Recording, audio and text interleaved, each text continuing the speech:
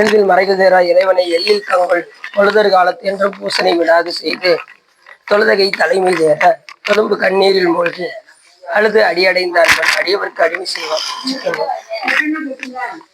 அவன் திருவம்பாவியில் 12வது பாடலை பற்றி சிந்திப்பதற்கு திருவருளும் குருவர்களும் அடியார்களும் கொட்டியுள்ளது. ஆர்த்த பிறவி துயர்கட நாமார்த்தாடும் தீர்த்தனத்தில் இல்லை சிற்றம்பல தேத்தியாடும் கூத்தன் இவானும் குவளையமும் எல்லாம் காத்தும் படைத்தும் கறந்தும் விளையாடி வார்த்தையும் பேசி பழை சிலம்பவார்களைகள் ஆர்ப்பரவம் செய்ய அணிகுழல் மேல் வண்டார்ப்ப புத்திகளும் பொய்கை குடைந்துடையான் போர்பாதம் ஏத்தீருஞ்சுனை நீராடலோரெம்பாவாய் ஏத்தீருஞ்சுனை நீ ஆடலோர் எம்பாவாய் என்று மிக அற்புதமாக பாடுகின்றார் நமது மாணிக்கவாசக பெருமான். என்ன சொல்ல வருகின்றார் என்று சொன்னால், ஆர்த்த பிறவி துயர்கட நாம் ஆர்த்தாடும். ஆர்த்த பிறவி என்பது என்னவென்று கேட்டால், நாம் ஆணவ மனத்தினால் கட்டுண்ட இந்த ஆன்மாவானது பிறவி துயரை அடைகின்றது. எதனால நமக்கு பிறவி வருது என்றால், இந்த ஆணவ மனத்தின் காரணமாக தான் நமக்கு பிறவி.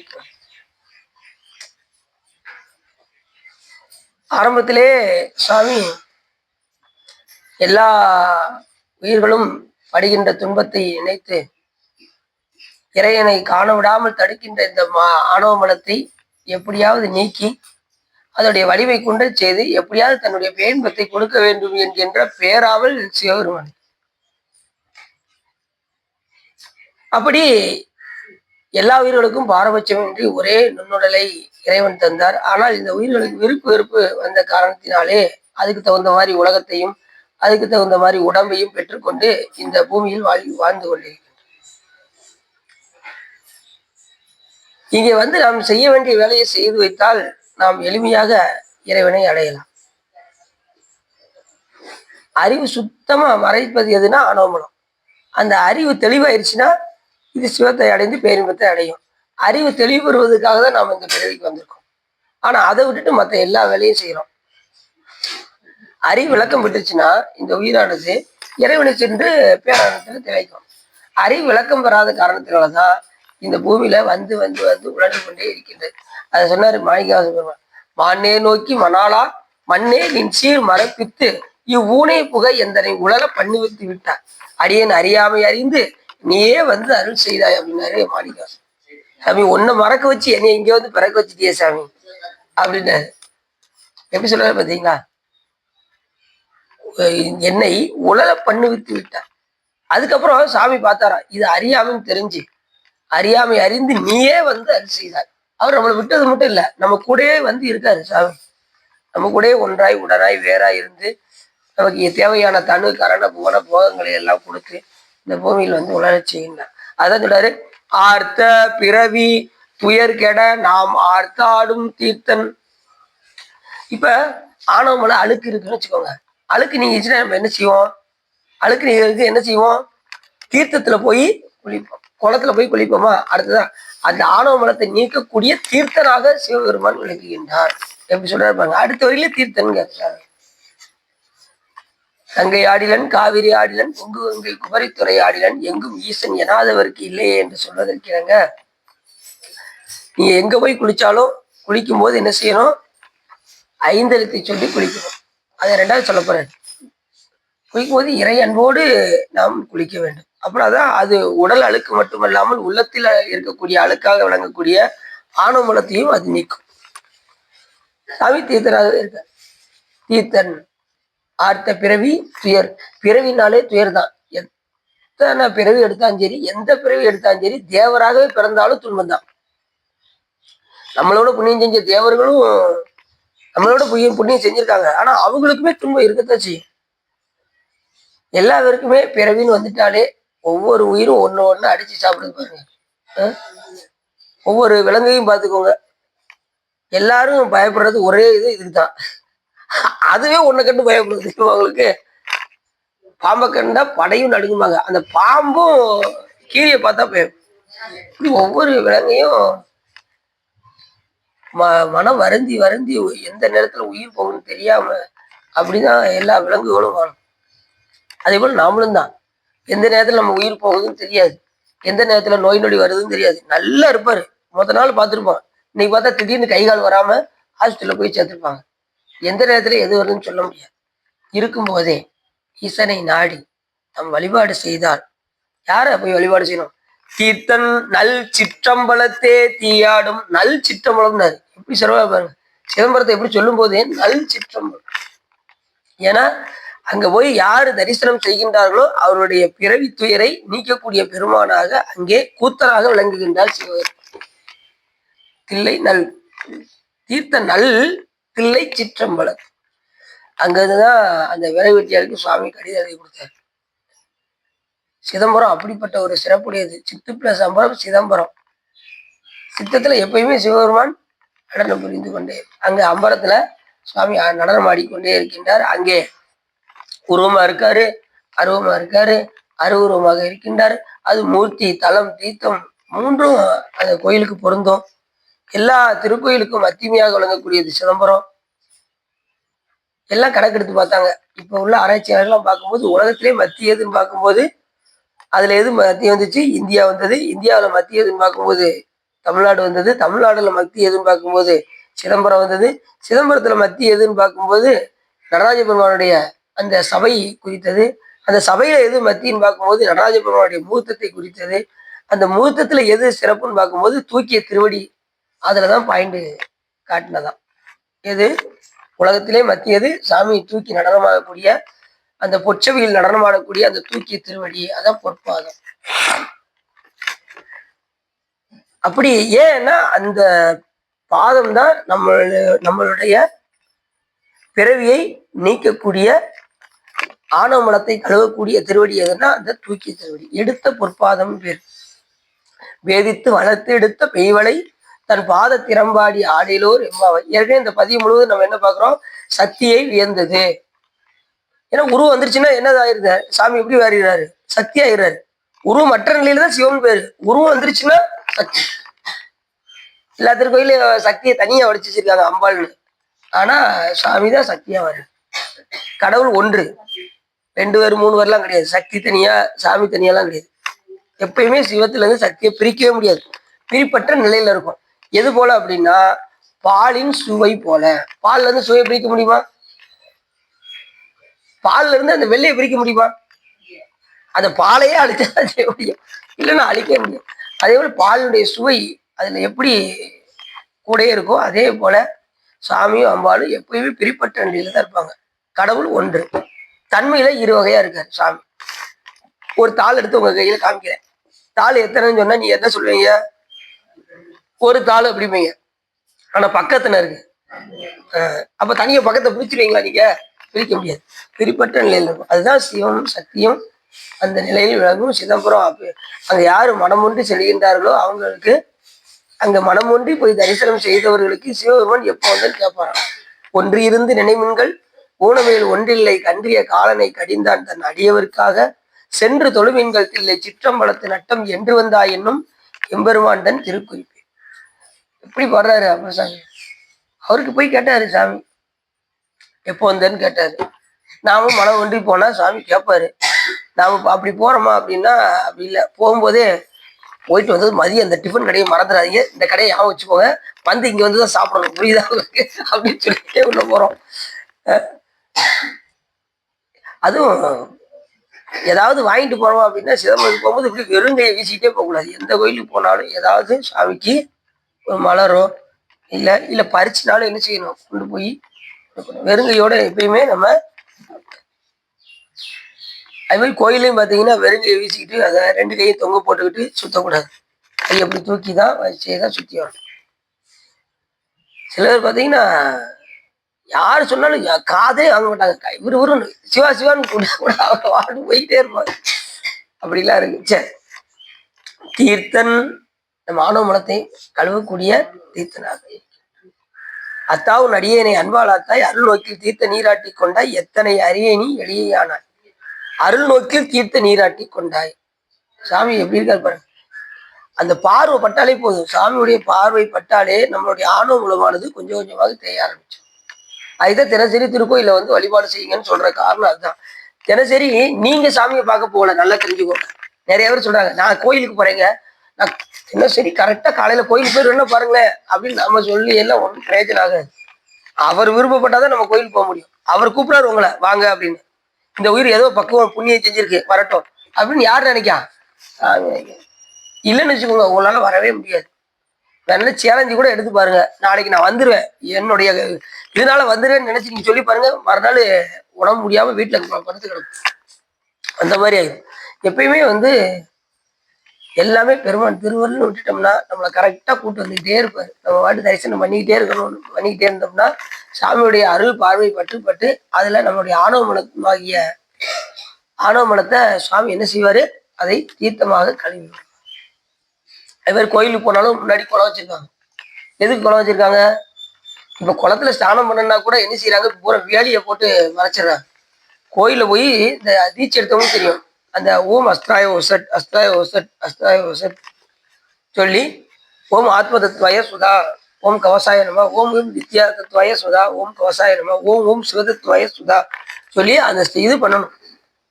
அதில் சுற்றி எல்லாம் பண்ணி அதுக்கப்புறம் அஸ்திராயப்பட்டு தொடச்சி அதுக்கப்புறம் தான் எங்கே போகணும், கோயிலுக்குள்ளே போகணும். அதுக்கு தான் குளம் வச்சிருக்காங்க. ஸ்நானம் பண்ணிட்டு தான் உள்ள போகணும்னு. ஆனால் இப்போ எங்கேயுமே அப்படி கிடையாது. வெளியூர்களுக்கு போகணும், நம்ம அந்த ஆற்றுல இதில் கோயிலுக்கு முன்னாடி ஒரு குளம் இருந்துச்சுன்னா இறங்கி எல்லாரும் செய்வாங்க. அப்படி கோயிலை சொல்லும் போதே குளத்தையும் சேர்த்து சொல்லுவாங்க. ஏன்னா குளத்துக்கு அவ்வளோ சிறப்பு. என்னையா ஒரே கோயில் குளமா அழைச்சிக்கிட்டு இருக்கான் அப்படிப்பாங்கல்ல. கோயிலை சொல்லும் போதே குளத்தையும் சொல்றாங்க அப்படின்னா குளம் அவ்வளவு முக்கியமானது. கோயிலுக்கு மூல காரணமே குளம் தான். ஏன்னா குளத்துல ஸ்நானம் பண்ணிட்டு தான் உள்ளவே போய் வழிபாடு செய்யும். இப்ப இங்க எதுக்கு குளம் இல்லைங்களா, இங்க போறது போறவே இதுதான் போகுது. நம்ம அப்படி இல்லாத இடத்துல குளம் இல்லைன்னா குளத்துல பாவனையாவது பண்ணணும். அந்த குளத்துக்கிட்ட நின்று ஸ்நானம் பண்ற மாதிரி பாவனை பண்ணிட்டு உள்ள போகணும். மந்திரம், கிரியை, பாவனை, இந்த மூணும் ரொம்ப முக்கியம். அப்படி தீர்த்தன் அல் தில்லை சிற்றம்பலத்தே தீயாடும் சாமி அப்படி நடனம் செஞ்சிருக்கு. சுந்தரம் சாமிகள் ஒரு முறை வந்தாரு. அந்த ஒரு பதிவு தான் நமக்கு கிடைச்சிருக்கு. பார்த்ததுமே சிவருமானுடைய அந்த நடனத்தை கண்டதுமே இவர் அப்படி எல்லாத்தையும் மெய் மறந்தார். 5 பேர் அறிவும் கண்களை கொள்ள அளப்பெரும் கரணங்கள் 4 ஒரு சிந்தையாக குணம் ஒரு திருந்து சாத்விகமேயாக இந்துவால் சடையானாடும் ஆனந்த எல்லையில் தனிப்பெரும் கூத்தில் வந்த பேர் இன்ப வெள்ளத்துள் திளைத்து மாறிலா மகிழ்ச்சியில் மலர்ந்தார் அப்படின்னு. அப்ப சாமிகள் போனாரு, சாமி உன் திருவடியை பிடிச்சி நான் விட மாட்டேன் சாமி அப்படின்னாரு. சிதம்பரத்துல போய், எப்பா எனக்கு நிறைய அடியா இருக்காங்கப்பா, நீ போப்பா அப்படின்னு சொல்லி சாமி ஒதுக்கி வைப்பாரான். இல்ல சாமி அப்படிலாம் இல்லை, சொல்லிடாத சாமி, நான் திருவடியை பிடிச்சேன், உனக்கு என்ன வேலை தெரியும் அப்படின்னாரா சாமி. என்ன சாமி இப்படி சொல்லிட்டீங்க, உன் நல்லா தொழுவேன், நல்ல திருநீர் பூசிக்குவேன், உன் திருவடியே பற்றி கொண்டு உன்னையே அடைக்கலம் என்று நான் புகுந்து விடுவேன் அப்படின்னதும், அப்படியா வாப்பா வாப்பா அப்படின்னு சிவபெருமான் சேர்த்துக்கிட்டார். படைக்கலமாக உன் நாமத்தை எழுத்தெஞ்சும் என் நாவில் கொண்டேன், இடைக்கலம் அல்லேன், எழுபிறப்பும் உனக்கு காட்சி செய்கின்றேன், துடைக்கணும் போகேன், என்னை தொடச்சி நீ ஒதுக்குனாலும் நான் உனக்கு திருவடியை விட்டு போக மாட்டேன், துடைக்கணும் போகேன், உனக்கு என்ன வேலை தெரியும் அப்படின்னாரா. தொழுது வணங்கி தூணீர் அணிந்து உன் அடைக்கலம் கண்டாய் அணிகொள் தில்லை சிற்றம்பலத்து அரணே. எப்படி சொல்றாரு, உன் திருவடியை பற்றி கொண்டு நான் விட மாட்டேன் சாமி. அதனால சாமி அப்படியே சேர்த்துக்கிட்டேன். அதே சுந்தரம் சாமிகளும் மெய் மறந்து அந்த சாமியுடைய நடனத்தை மட்டுமே கண் மட்டும் பார்த்து கொண்டே இருந்தது, மற்ற கரணங்கள் எல்லாம் வேலை செய்யலன்னு. அப்படி அருமையான பாட்டு. மடித்தாடும் அடிமைக்க நன்றி மடனே நீ வாழ்நாளும் தடுத்தாட்டி தருமனார் தமர் செக்கில் இடும்போது தடுத்து ஆட்கொள்வான், கடுத்தளத்து தமருகமும் எரியகளும் கரிய பாம்பும் பிடித்து ஆடும் புலியூர் சிற்றம்பலத்து உரையும் எம் பெருமானை பெற்றாம் என்று. யாரு ராஜபெருமானை வழிபாடு செய்கின்றார்களோ அவர்கள் எங்க போக மாட்டாங்க, எவன்கிட்ட போய் மாட்ட மாட்டாங்க. தமர் செக்கில் இடும்போது தடுத்து ஆட்கொள்வான். தெரியாம எவன் நம்ம உயிரை கொண்டு போயிட்டா கூட சாமி என்ன செய்வாரான், அது நம்மளுக்கு அனுப்பாட்டுப்பா அப்படின்றாரான். அப்படி கருணாமூர்த்தி சிவபெருமான். அதனாலதான் சிதம்பரம் ரொம்ப முக்கியமான தலம். எல்லா கலைகளும் அங்கதான் வந்து ஒடுக்கும். அதனாலதான் அது நல் சிற்றம்பலம் அப்படின்னாரு. எல்லா கோயிலுக்கும் சிறப்பாக விளங்கக்கூடியது எதுனா கோயில் அப்படின்னாலே சிதம்பரம் தான். மற்றதுல கிளைகள் தான். இப்ப ஹெட் ஆபீஸ் ஒண்ணு இருக்கும், மற்ற எல்லா கிளைகள் நிறைய ஆபீஸ் இருக்கும் பாத்திருக்கீங்களா? ஒரு பேங்க் எடுத்துட்டீங்கன்னா ஹெட் ஆபீஸ் ஒரு இடத்துல இருக்கும், கிளைகள் பல இடங்கள்ல இருக்கும். அதே போல நம்ம சைவர்களுக்கு ஹெட் ஆபீஸ் எது அப்படின்னா சிதம்பரம். சிதம்பரம் சிதம்பரம் போகாமல் இருப்பேனோ, ஜென்மத்தை வீணாக்கி கழிப்பேனோ வர்றாரு பாத்தீங்களா? எப்ப பார்த்தாலும் வாய்ப்பு கிடைக்கும் போதெல்லாம் சிதம்பரத்தை போய் தரிசனம் பண்ணிக்கிட்டே இருக்கணும். சிதம்பரம் தரிசனம் பண்ண பண்ண நமக்கு பிறவியே இல்லாம ஆக்கிடுவாரு சாமி. அது எந்த பிறவி? துயர் பிறவி. எப்படிப்பட்ட துயர்? ஆர்த்த துயர் பிறவி. நாம் ஆர்த்தாடும் தீர்த்தரல் தில்லை சிற்றம்பலத்தே தீயாடும். அங்க நெருப்பை கொண்டு ஆடிட்டு இருக்காரு. நெருப்பு வடிவா இருக்க சாமி. நெருப்பு கையில வச்சுப்பாரு பார்த்துருக்கீங்களா? எதுக்கு? அது எதுக்கு? ஒடுக்குதல் தொழில சேர்ந்து உடுக்கை படைத்தல், அபய கஷ்டம் காத்தல், இது நெருப்பேந்திய திருக்கை அழித்தல், அதாவது ஒடுக்குதல், ஊன்றிய திருவடி மறைத்தல், எடுத்த திருவடி அருளல், தூக்கிய திருவடி தான் அருள். இப்படி பஞ்ச கிருத்தியங்களும் சிவபெருமான் எங்க இருந்து செய்யறாரு? சிதம்பரத்துல இருந்து செய்யறாரு. எல்லா திருக்கோயில்லையுமே பள்ளியற பூஜை எத்தனை மணிக்கு நடக்கும்? 8 மணி 9 மணி. கிராமங்கள்ல 6:30 7 மணிக்கு முடிஞ்சிடும். ரொம்ப பெரிய கோயில்ல எல்லாம் ஒரு கூடுறதுனா 9 மணி வரைக்கும் தான் நடக்கும். ஆனா சிதம்பரத்துல மட்டும் 11 மணிக்கு நடக்கும். எல்லா கோயிலுடைய கலைகளும் அங்க ஒடுங்கினதுக்கு அப்புறம் கடைசிதான் சிதம்பரத்துல நடக்கும். ஏன்னா அது முக்கியமான தலம்ல. எல்லாம் அங்க ஒடுங்குறதுனால முடிஞ்சதுக்கு அப்புறம் கடைசிதான் பள்ளியற பூஜை நடத்துறாங்க. 11 மணி தான். 11 மணிக்கு நடக்கும் கரெக்டா. அப்படி தீர்த்தனல் தில்லை சிற்றம்பலத்தே தீயாடும் கூத்தன் இவ்வானும் குவளையமும் எல்லாமும். அங்க என்ன செய்யறாரு சாமி? எல்லா உலகத்தையும் குவளையமும் எல்லாமும் காத்தும் படைத்தும் கறந்தும் விளையாடி எல்லா உயிர்களையுமே சாமி என்ன செய்யறாரு? காத்தும் படைத்தும். படைத்தல் என்பது என்ன அப்படின்னா, இந்த உயிர்களுக்கு தனு கரண புவன போகங்கள். தனு என்பது உடம்பு, கரணம் என்பது அந்த கரணங்கள், மனம் புத்தி சித்தம் அகங்காரம், அப்புறம் புவனம் என்பது இந்த உலகம், போகம் என்பது அதை அனுபவிக்கக்கூடிய பொருட்கள். இத்தனையும் சாமி கொடுத்துதான் நம்மளை இங்க இயங்க வைக்கிறார். இது அவங்களுக்கு அப்படி இந்த இந்த நாளை கொடுக்குறாரா? இதுக்கு பேர் படைத்தல் பேரு. படைத்தல்னா வேற ஒன்றும் கிடையாது. இந்த இதை கொடுத்து நம்மளை படைச்சு இங்க உலகத்துக்கு நம்மளை அனுப்புறாரு. இது படைத்தல். காத்தல் என்பது என்னன்னா அதை நிலைநிறுத்தி வைப்பது.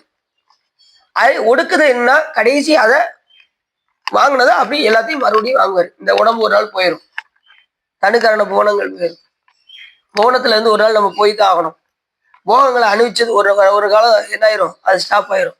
எல்லாமே ஒடுக்கிட்டு மறுபடியும் மீள தோற்றிருப்பார். பக்குவம் வரும் வரை நமக்கு இந்த பிறவியில் உழலச் செய்து, அதுக்கப்புறம் பக்குவம் வந்த காலத்துல தன் திருவடியில் அழுத்தி பேரின்பத்தை சிவபெருமான் தருகின்றார். அதான் சொல்றாரு, ஆர்த்த பிறவி துயர்கட நாம் ஆர்த்தாடும் தீர்த்தனர் தில்லை சிற்றம்பலத்தே தீயாடும் கூத்தன் இவ்வானும். அங்க எப்படி இருக்காரு? ஆனந்த கூத்தன். சிதம்பரத்தில் எப்படி இருக்காரு? ஆனந்த கூத்தன் அருள்வரில் நாம் அவ்வண்ணமே ஆனந்தமாய் ஆனாமோ தோல் நோக்கு. திருத்தோல் நோக்கத்தை சொல்றாரு. இந்த உயிர் எதையா சார்ந்தமையணும். ஒண்ணு உலகத்தை சாரும், இல்லைன்னா சிவத்தை சாரும். உலகத்தை சார்ந்தா துன்பம், இறைவனை சார்ந்தா இன்பம். அப்ப நம்ம யாரை சாத்தணும்? சார்ந்திருக்கணும். ஆனந்த கூத்தனாகிய சிவபெருமானை சார்ந்தால் நமக்கு ஆனந்தம் கிடைக்கும். எதையோ ஒரு பற்றியதான் நிற்கும் இந்த உயிரானது. தனிச்சு இயங்கவே இயங்காது உயிர். அதனால நாம இறைவனை பற்றினால் இன்பம் உண்டாகும், உலகத்தை பற்றினால் துன்பம் உண்டாகும். சில பேர் பார்த்தீங்கன்னா, என் பேரனை பார்க்காம என்னை இருக்கவே முடியாது சிவா அப்படிம்பாங்க. சில பேர் என் பிள்ளைய பார்க்காம என்னால இருக்க முடியாது அப்படிம்பாங்க. ஒவ்வொருத்தவங்க ஒரு மேல பற்று அதிகமா வச்சு அவங்க அந்த பிள்ளையால துன்பம் வரும்போதுதான் அந்த நேரத்துல தான் உணர்வாங்க. அது வரைக்கும் உணர மாட்டாங்க. நம்ம எவ்வளவுதான் நூல்களை படிச்சாலும் நமக்கு பற்று விடாது. என்னதான் நீங்க சொல்லி பாருங்க, அதை அனுபவிக்கும் போது ஆகா அன்னைக்கு சொப்பொழியில சிவா சொன்னாரே அப்படின்னு அப்பதான் அவங்க தெரியும். அதனால எப்பயுமே பற்றட்டே இருக்கணும். உலகத்துல வாழும்போது பிள்ளைகள் மேலேயோ இல்லை எது மேலேயுமோ, பேரன் மேலேயோ பிள்ளைகள் மேலேயோ, இல்ல சில பேர் பார்த்தீங்கன்னா எங்க சித்தப்பானா எனக்கு ரொம்ப பிடிக்குங்க அப்படிம்பாங்க. சில பேர் சித்தப்பா மேல பற்று, சில பேர் மாமா மேல பற்று. இப்படி ஒவ்வொருத்தங்க ஒவ்வொரு குடும்பத்துல பற்று வச்சிருக்கோம். எப்பயுமே தாமரை இலையில தண்ணீர் ஒட்டாதவாழ்தான் நம்ம இருக்கணும். தீர்த்தனர் தில்லை சிற்றம்பலத்தே தீயாடும் கூத்தன் இவ்வானும் குவளையும் எல்லாமும் காத்தும் படைத்தும் கறந்தும் விளையாடி. சாமிக்கு இதெல்லாம் விளையாட்டு. எப்படி விளையாட்டு? அருள் விளையாட்டு. நாம விளையாடுற விளையாட்டு மாதிரி கிடையாது. சாமி விளையாட்டு முழுவதுமே அருள் விளையாட்டு. அப்படி 63 நாயன்மார்களுக்குமே சுவாமி வந்து அந்த சோதனை செய்து அவங்கள பாஸ் பண்ணவும் வச்சார். அவங்கள இறைவன் திருவருள் நினைச்சதுனால அந்த டெஸ்ட் வச்சு பிள்ளை கறி அடிச்சு யாரும் கொடுக்க முடியுமா? சாமி செய்ய வச்சாரு. அதான் சிறப்பு. இப்ப நம்மளால நம்ம இந்த கரணத்தை கொண்டு நம்ம செய்ய முடியாது. அவங்கள பதிகரணத்தில் இருந்தார்கள், அவர்கள் செய்தார்கள். நம்மளுடைய கரணங்களா பசு கரணங்கள். பசு கரணத்தை வச்சு கண்ணை தோண்டி கொடுக்க முடியுமா? கொடுத்தா அவ்வளவுதான். ஆள அலறி கொண்டு போய் அவரு அவருக்கு ஏன்னா ஞானிகள் வந்து இந்த உடம்பு மேல அவங்களுக்கு பற்று கிடையாது. உடம்பு உச்சமா வச்சிருவாங்க. இன்னொன்னா எண்ணம் முழுவதும் சிவருமான்ட்ட இருக்கிறதுனால இந்த உடம்பு அவங்களுக்கு தெரியாது. இப்ப ஞானிகள்லாம் எப்படி இருப்பாங்கன்னா சிவத்தை சிந்திச்சுக்கிட்டே இருப்பாங்க. இந்த உடம்பு வந்து அவங்களுக்கு பொருட்டா தெரியாது. கரையா நடிச்சா கூட அவங்களுக்கு ஒண்ணுமே தெரியாது. ஏன்னா சிந்தனை முழுவதும் யார்கிட்ட இருக்கு? சிவபெருமான்ட்ட இருக்கு. ரமண மகரிஷிய தியானம் பண்ணிக்கிட்டு இருந்தாரு. அவர் கரையெல்லாம் அடிச்சு இந்த தொடை பகுதி எல்லாமே வெறும் எலும்பு மட்டும் தெரிஞ்சதான். அப்படியே தூக்கி ஆஸ்பத்திரியில கொண்டு போய் சேர்த்துட்டாங்க அவரை. ரெண்டாவது கேன்சர் வேற இருந்தது. அந்த கட்டி எடுக்கணும் அப்படின்னு சொல்லி பெரிய இது அந்த மயக்க ஊசி போடுறதுக்கு கொண்டு வந்தாங்க. இது என்னன்னு கேட்டாரு.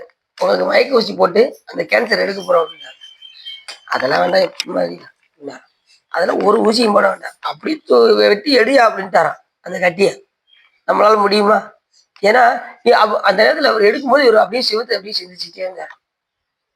என்ன அதுட்ட போயிட்டோம்னா இந்த உடம்பு போகிறது தெரியாது. இப்ப இப்ப அடின்னு வந்து ஒரு சின்ன பிள்ளைன்னு நினைச்சுக்கோங்களேன். இப்ப அடின்னு என்ன பண்றேன், இந்த பொருள் மேல எனக்கு ரொம்ப ஆசையா இருக்கு. இது ஒரு காருன்னு வச்சுக்கோங்க. இப்ப நீங்க வந்து என்கிட்ட கேக்குறீங்க, இப்ப அந்த காரை கொடுப்பா அப்படின்னு கேக்குறீங்க. நான் கொடுப்பேனா? புதுச்சு எங்க அப்பா வாங்கி கொடுத்துருக்காரு, நான் கொடுக்கவே மாட்டேன். இது ஏன் என்னுடைய இது அப்படின்னு சொல்லணும்னா சொல்ல மாட்டேங்க. அந்த குழந்தைகிட்ட நீ என்னதான் கேட்டாலும் அது கொடுக்கவே கொடுக்காது. ஆனா அதே பொருள் கொஞ்சம் அப்படியே வச்சுக்கிட்டே இருக்கும். ரொம்ப நேரம் வச்சுக்கிட்டே இருக்கும். கொஞ்ச நேரம் கழிச்சு அப்படியே விட்டுரும். என்ன காரணம்? அப்படி தூங்குனதும் இது தானாகவே நழுவிவிடும். தூங்கியவன் கைபொருள் நழுவியது போல் இந்த உடம்பானது ஞானிகளை விட்டு நீங்கும். சிவத்தோடு ஒன்றுபடும் போது இந்த உடம்பு அவங்களுக்கு பெரிதாக தெரியாது. இது மேல பற்று சுத்தமா இருக்காது அவங்க கிட்ட. நம்ம இது ஏன் உடம்புன்னு பற்று வைக்கிறதுனாலதான் நமக்கு சின்ன ஒரு கீஸ்னா கூட நமக்கு ரத்தம் வந்துட்டா உடனே ஆட அலற ஆரம்பிச்சிடும். பற்று இல்லைன்னா நமக்கு அது தெரியாது. பற்று இருந்ததுன்னா வலி தெரியும். வலி தெரிஞ்சதுன்னா நமக்கு பற்று ரொம்ப இருக்குன்னு அர்த்தம். உடம்புல அவ்வளவு பற்று வச்சுக்கீங்கன்னு அர்த்தம். தூங்கியவன் கைபொருள் நழுவியது போல அவங்க கூத்தனி வானும் குவளையமும் எல்லாவும் காத்தும் படைத்தும் கறந்தும் விளையாடி வார்த்தையும் பேசி வலை சிலம்பவார்கள். அதாவது குளிக்க போகும்போது 5 எழுத்து சொல்லியே குளிக்கணுமா. அது சொல்றாரு. வார்த்தை என்ன வார்த்தை? ஒரே ஒரு வார்த்தை தான். குருநாதர் உபதேசம் பண்ற அந்த ஒரு வார்த்தைய சொல்லிக்கொண்டு நீராட வேண்டும். குருநாதர் சொன்ன மந்திரம் தெரியல அப்படின்னா நமச்சிவாயத்தை நாதன் நாமம் நமச்சிவாயை இச்சு சேர்த்து சொல்லணும். நாதன் நாமம் நமச்சிவாய். மத்தவங்க குருநாதர் என்ன மந்திரம் சொன்னாங்களோ அதை சொல்லணும். மத்தவங்க நாமத்தை சொல்லணும். அந்த நாமத்தை சொல்லி குளிக்க வேண்டும். அந்த ஒரு வார்த்தையை சொல்லி குளிக்க, வார்த்தையும் பேசி வலை சிலம்ப வார்களை. அந்த பெண்கள்லாம் வலையில் அணிந்திருப்பாங்களாம். வலை சிலம்ப வார்கலைகள் ஆர்ப்பரவம் செய்ய அணிகுலன் மேல் வண்டார்ப்ப. அந்த அணிகலன்கள்லாம் நிறைய அணிஞ்சிட்டு வருவாங்களா. காலையில குளிக்க போறவங்க எப்படி வருவாங்க? வெறும் மேலியாவா வருவாங்க. எல்லாத்தையும் அணிஞ்சிட்டு வருவாங்க. அதுக்கப்புறம் தான் எல்லாத்தையும் கழட்டி வச்சுட்டு என்ன செய்வாங்க? நீராட செல்வார்கள். அதே போல அவங்க வளையல், அந்த அணிகலன்கள் எல்லாவற்றையும் எடுத்து வைத்து விட்டு அந்த தண்ணீரில் நீராட செல்லும் போது 5 எழுத்தை சொல்லியே போய் குளிப்பார்கள். யாரு? அந்த பெண்கள். அது இந்த இடத்துல ஆர்ப்பரவம் செய்ய அணிகுலன் மேல் வண்டார்ப்ப. அப்படி போகும்போது வண்டுகள்லாம் என்ன செய்யுமா? அந்த முடியில வந்து அப்படி கோருமா. வண்டுகள் எப்பயுமே குளம் அப்படின்னாலே தாமரை குளம் தான் குளம். மற்றதெல்லாம் குளம் அல்ல. குளம் இருந்தா அங்க என்ன இருக்கணும்? தாமரை கண்டிப்பா. அதான் பூவினு கருங்கலம் பொங்கு தாமரை, ஆவினு கருங்கலம் அறநெஞ்சாடுதல், கோவினு கருங்கலம் கோட்டம் இல்லது, நாவினு கருங்கலம் நமச்சிவாய். இந்த நாக்குக்கு எது அழகுன்னா நமச்சிவாயத்தை சொல்றதுதான். மற்ற எதை பேசி இதுக்கு அழகு கிடையாது. இறைவன் புகழ் பேசுறதுக்கு மட்டும்தான் இதுக்கு அழகு.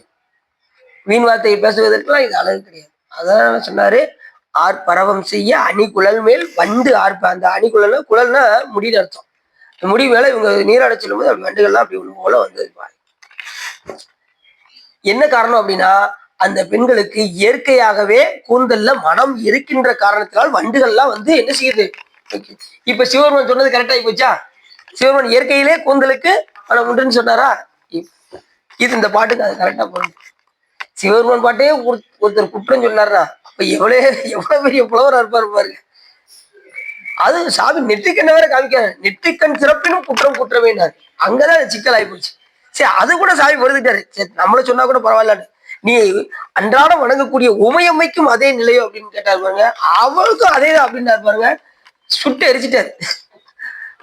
இது ஆணவம் கொஞ்சம் கூடிக்கிட்டே போகுது, இதை குறைச்சாதான் சரி வரும் அப்படின்னு நெற்றிக்கண்ணை கொண்டு எரிச்சு பொட்டாமரை குளத்துல கொண்டு போய் போட்டேன்.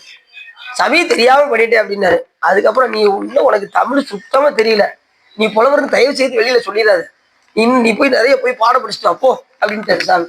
அதுக்கப்புறம் படிச்சுட்டு வந்து முருகப்பெரு அகத்தியமாவிட்ட படிச்சுட்டு வந்து அதுக்கப்புறம் தான் இவரு முருகாற்றுப்படை எழுதுறாரு. கைலை பாதி காலத்தி பாதி எழுதுறாரு. காலத்தில் இருந்துகிட்டே கைலை மலையும் சேர்த்து எழுதுறாரு. அந்த பாட்டு நல்ல பாட்டு.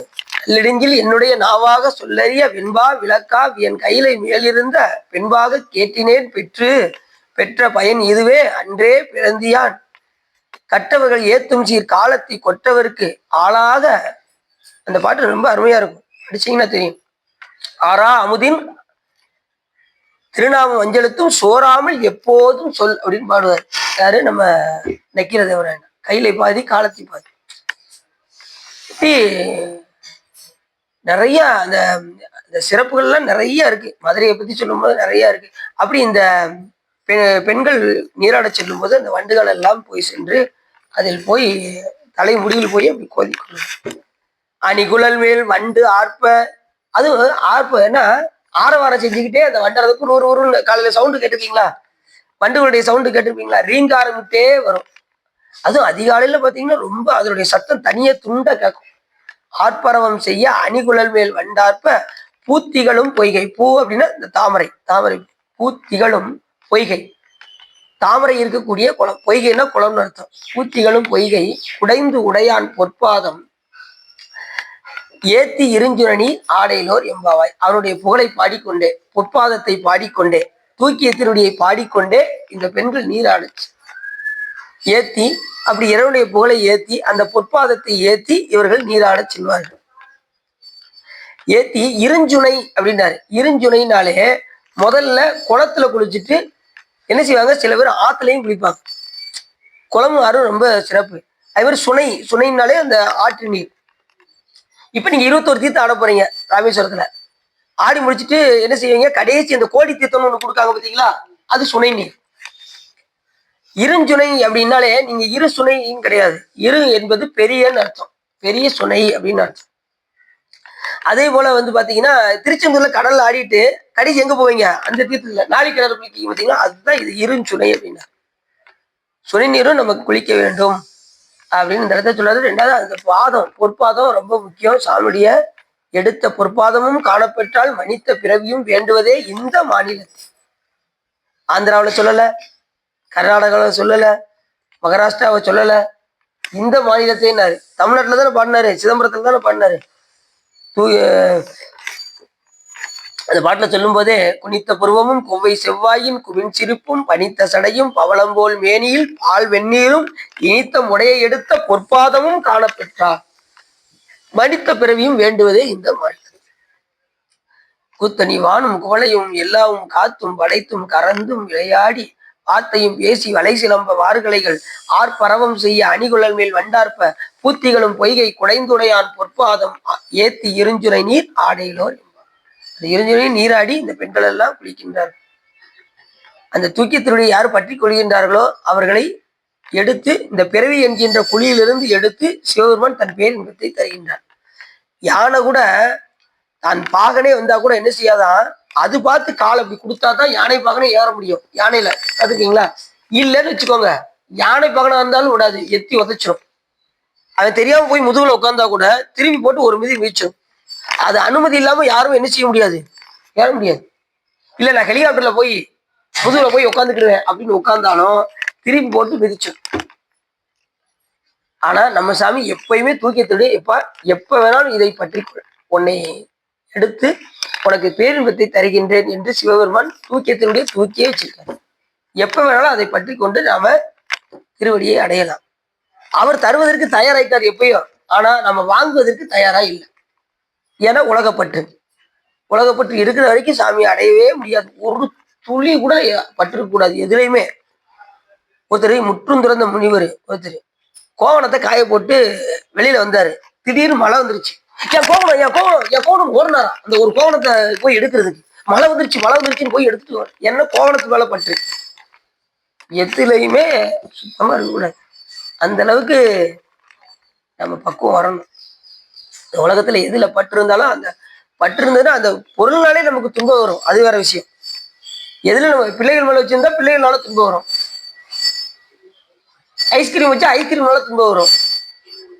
இந்த உலகத்துல அது மாதிரி சுவையான உணவுப் பொருட்கள்லையும் சரி மற்ற எதையும் கிடைச்சா அனுபவிச்சுக்கணும். அது மேல பற்று வைக்காம கிடைச்சா இறைவன் திருவருளால அதை அனுபவிச்சுக்கணும். அவ்வளவுதான்.